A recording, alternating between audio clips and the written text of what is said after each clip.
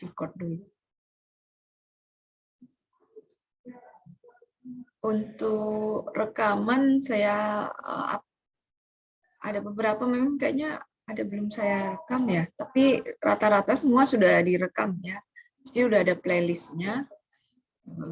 Misalnya kalau membantu kalian kalau nanti membuat catatan atau pas UAS, semoga bisa membantu, terutama bagi yang sebelumnya ada masalah dengan sinyal atau ada tidak hadir ya, jadi bisa. Semoga bisa melengkapi ya. Oke. Analisis titik impas ini bagian dari analisis penganggaran modal ya. Atau yang kemarin leverage kita ada singgung juga ya tentang titik impas. Nah ini detailnya. Jadi analisa titik impas sebenarnya di ekonomi juga atau di penganggaran ya, tapi di manajemen keuangan atau manajemen operasional ya. Nah ini kita detail lagi. Jadi menggambarkan perubahan biaya variabel, biaya tetap, harga jual, volume penjualan, dan bauran penjualan nanti akan mempengaruhi laba perusahaan. Seperti kemarin kita sudah bahas, ada biaya variabel dan biaya tetap. Ya. Nah, analisis ini merupakan instrumen yang lazim untuk menyediakan informasi bagi manajemen dalam pengambilan keputusan, menetapkan harga jual produk, merencanakan tingkat laba yang diinginkan pada biaya, dan volume penjualan tertentu atau menargetkan volume penjualan yang mungkin dicapai ya. Ini mungkin terkait juga dengan akuntansi biaya. Ya. Di sini ada asumsi-asumsi yang perlu kita perhatikan. Semua biaya diklasifikasikan, jadi perlu kita bagi biaya variabel dan biaya tetap. Kemudian jumlah biaya linear ya, linear berarti kalau digambarkan kurva dia garis lurus ya.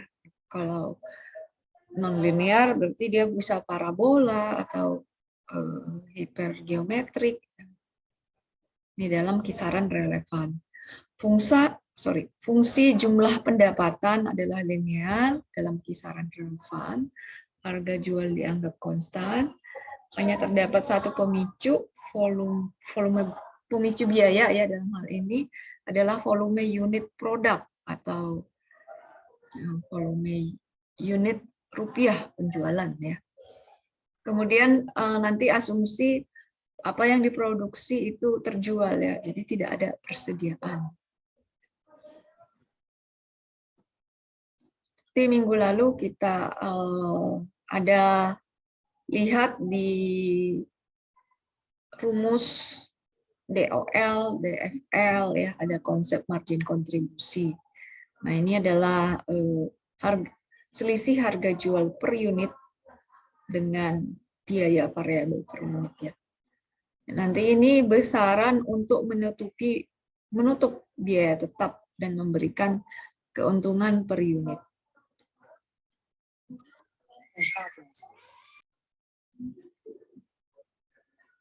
Ini contohnya ya, ada penjualan, kemudian penjualan 800 VCD, biaya variabelnya ini 120.000, kemudian harga per unitnya 250.000, ini biaya variabel, harga per unitnya 150.000 ya. Nah, margin kontribusinya ini 100.000 ya per unit ya. Ini margin kontribusi di dalam rupiah, biaya tetapnya 70 juta, kemudian didapat laba ya. Labanya 10 juta.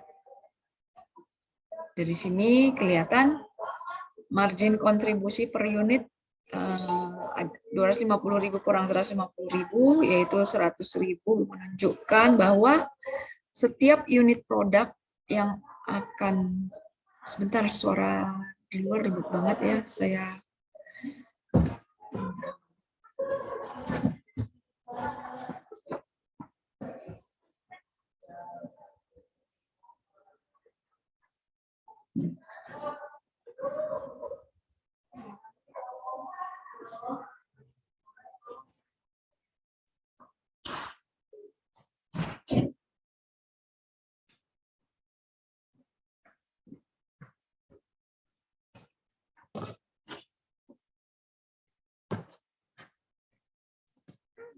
Oke.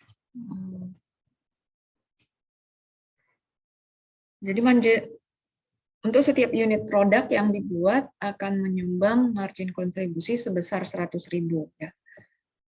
Jadi kalau VCD-nya diproduksi hanya 1 unit atau 2 unit, nah gimana? Dalam format perhitungan laba sebelumnya. Oke, untuk materinya silahkan di download ya dari e-kampus. Barusan saya upload karena nanti di akhirnya ada latihannya. Format perhitungan laba sebelumnya yaitu juga berfaedah sebagai alat perencana juga ya. Bisa memproyeksi keuntungan pada setiap tingkat aktivitas dalam kisaran relevan ya. Misalnya perusahaan memproyeksi tingkat penjualan VCD-nya 1.000 unit ya. Jadi berapa dengan data tersebut dengan margin kontribusi berapa nih tingkat laba atau laba yang diharapkan ya.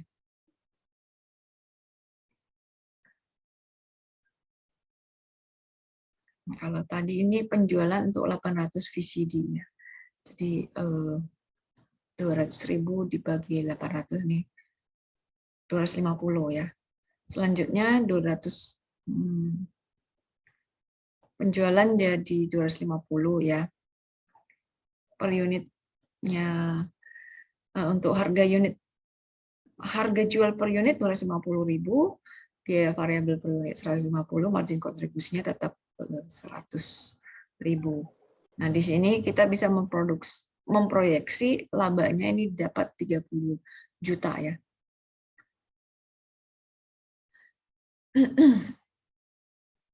Ini untuk margin kontribusi dapat dinyatakan dengan suatu persentase dari pendapatan penjualan ya.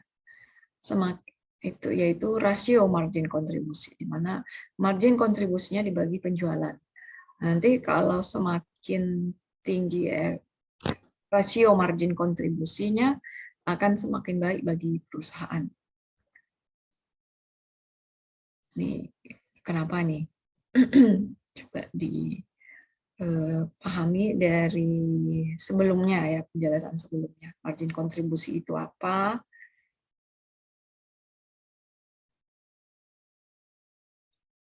Adalah untuk besaran untuk menutup biaya tetap dan memberikan keuntungan per unit. Nah, kalau semakin besar biaya untuk menutupi biaya tetap, kemudian keuntungan per unit, nah berarti kan semakin baik ya.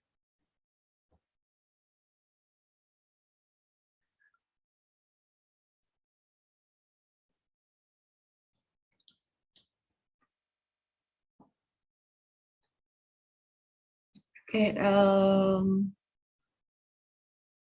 untuk menghitung rumus BEP ini sudah kamu lihat di pertemuan sebelumnya ya, adalah biaya tetap dibagi harga jual per unit dikurang biaya variabel per unit. Oke, berarti ini udah gampang nih bikin latihan soalnya, nanti saya tunggu ya. Jadi silahkan, mohon ini interaktif. Pakai laptop semua kan di sini?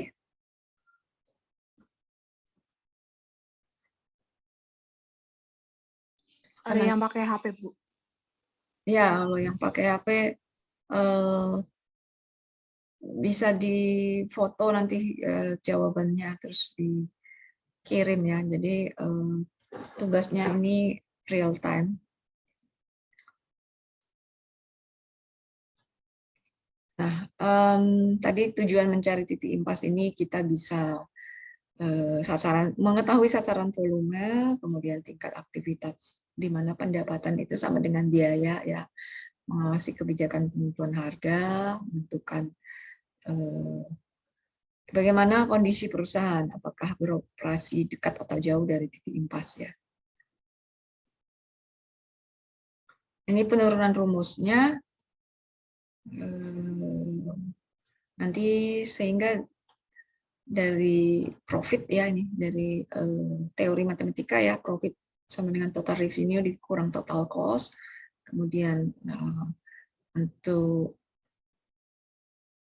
total cost-nya ini dibagi, di breakdown antara biaya variabel dan biaya tetap. Kemudian total revenue-nya yaitu harga P ini adalah harga jual per unit dikali quantity ya. Ini matematikanya. Karena titik impas laba sama dengan 0 ya. Jadi ini apa? Profit ini sama dengan 0 berarti. Nanti TR jadi sama dengan TC ya, sehingga dapat ini turunan daripada menghitung kuantitas dari titik impas. Dia tetap atau margin kontribusi.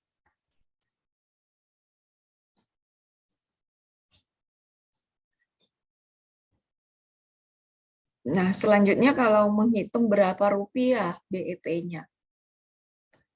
Sebenarnya kalau secara logika kuantitas BEP dapat dikali harga jual per unit, benar nggak?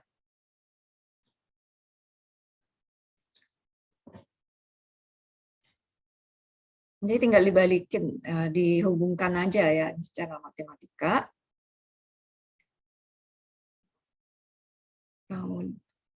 QBEP-nya tadi, ini QBEP ya dikali harga jual per unit.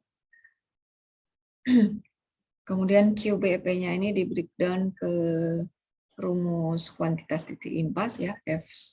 F itu adalah menunjukkan fix atau biaya tetap dibagi harga jual per unit dikurang biaya variabel. V ini variabel cost per unit ya.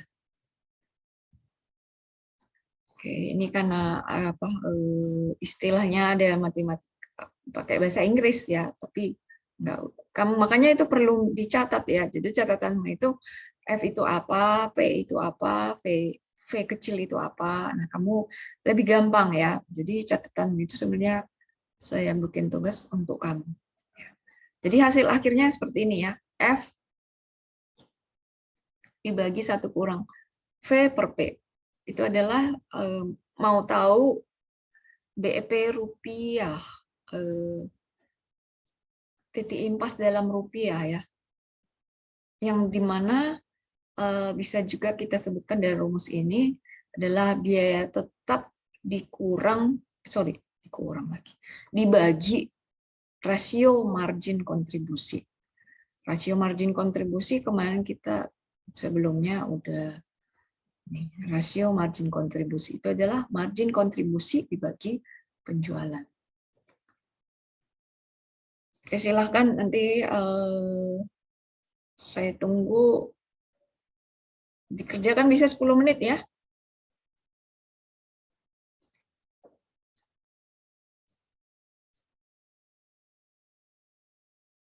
Punya pulsa kan nanti upload jawabannya bisa ya. Oke, setelah itu ini mengulang lagi ya. Jadi titik impas dalam rupiah bisa itu biaya tetap dibagi rasio margin kontribusi. Nah, kita ulang lagi. Kalau untuk mengetahui kuantiti titik impas, rumusnya seperti ini. Ada lagi satu tambahan rumus. Tadi dari kuantitas titik impas, nah ini kita bisa menghitung kuantitas target laba atau rugi. Nah, dengan memasukkan nanti tambahan biaya target laba atau rugi. Dari rumus asalnya kuantitas titik impas ini ada TFC itu adalah biaya tetap total ya, atau ini bahasa Inggrisnya total fixed cost. Yang P-nya harga penjualan per unit, yang V kecil biaya variabel per unit.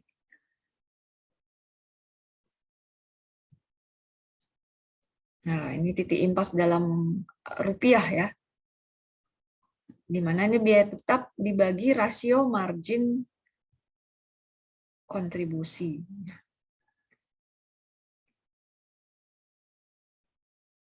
Nah, untuk dari titik impas nilai uang kita bisa juga menghitung target laba atau rugi dalam nilai uangnya ya, dengan memasukkan tambahan ya di bagian mana nih? Pembilang ya ini ya, bagian atas, biaya tetap ditambah target laba atau rugi. Oke, rumusnya ini bisa dipahami ya, masih lebih dipahami lagi kalau langsung bahas soal.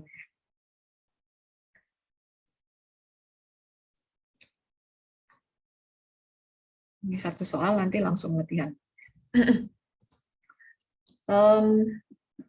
Contoh ya, ini menghitung titik impas nanti.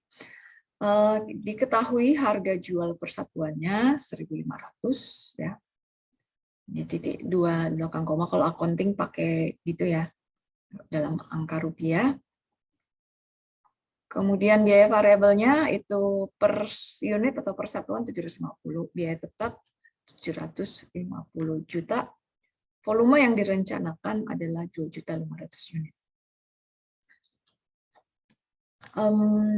Ini volume yang direncanakan ya. Jadi kita bisa hitung kuantitas titik impas ya, yang dilambangkan dengan QBEP ini. Yaitu adalah tinggal masukkan dalam persamaan biaya tetap dibagi harga jual per unit dikurang biaya variabel per unit ya. Ya tetapnya masukin, ini tinggal masukin ya. Hitung dapat 1 juta. Kalau S ini adalah dalam rupiah ya, BEP dalam rupiah, masukkan ke dalam rumus. BEP dalam rupiah itu 1.500.000. Jadi kalau volume yang direncanakan ini berarti labanya ada berapa ya, bisa kita hitung. Karena dari kuantitas BEP itu minimal 1 juta terjual. Nah kalau 2.500.000 berarti kamu bisa perkirakan akan untung ya. Cuman untungnya berapa? Kita nanti bisa lanjut pakai target laba ya. Rumus pakai target laba. Ini ilustrasi. Jadi dengan volume penjualan ini dalam ribu ya, berarti ini 1 juta ya. Kemudian yang garis vertikal adalah biaya dalam jutaan rupiah ya tadi. Ini berapa ini angkanya? 1.500.000.000 ya. Di sini ini dalam jutaan, berarti ada 6 lagi 0 di belakangnya. Oke. Nah, untuk jumlah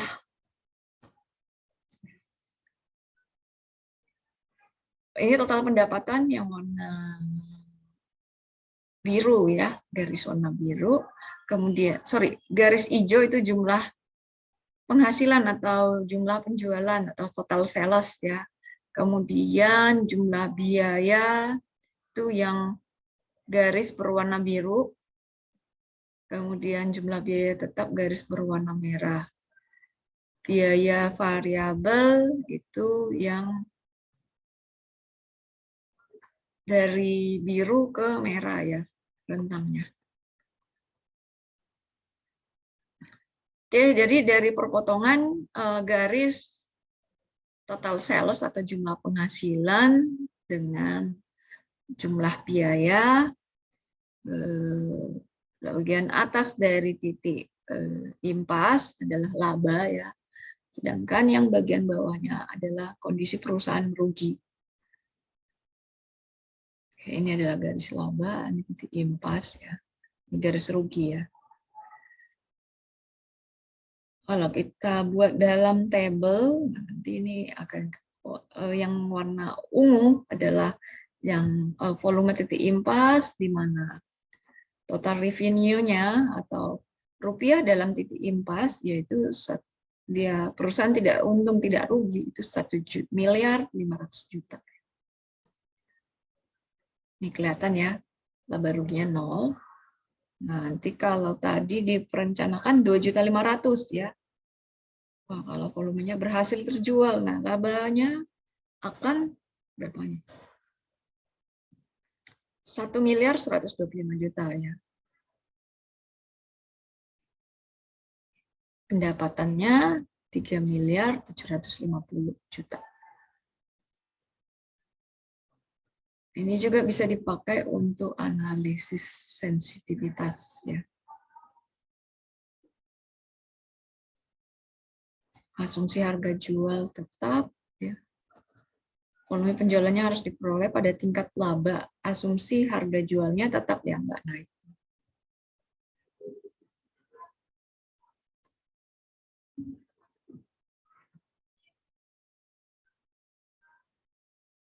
Volume penjualan boleh turun, tapi perusahaan tidak mengalami kerugian. Nah, ini ada istilahnya lagi, margin of safety. Volume yang targetkan, volume impas. Nah, kayak tadi diketahui yang ditargetkan 2.500.000, yang impas kan 1 juta ya. Kemudian ini, nah, volume safety-nya ini 60% ya. Jadi masih dari target itu masih, kalau misalnya sales-nya nggak tercapai tahun ini, misalnya hanya tercapai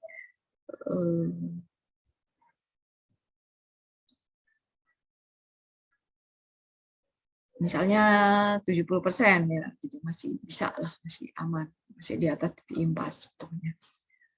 Oke, ini DOL tadi kalau pakai rumusnya.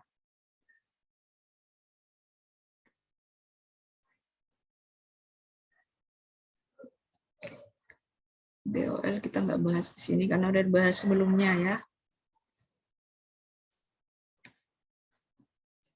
Oke, selanjutnya ini silahkan dicatat.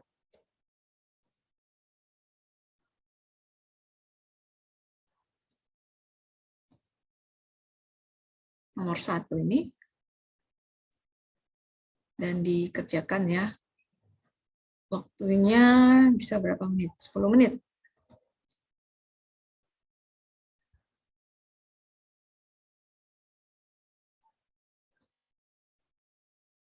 Bisa? 10 menit.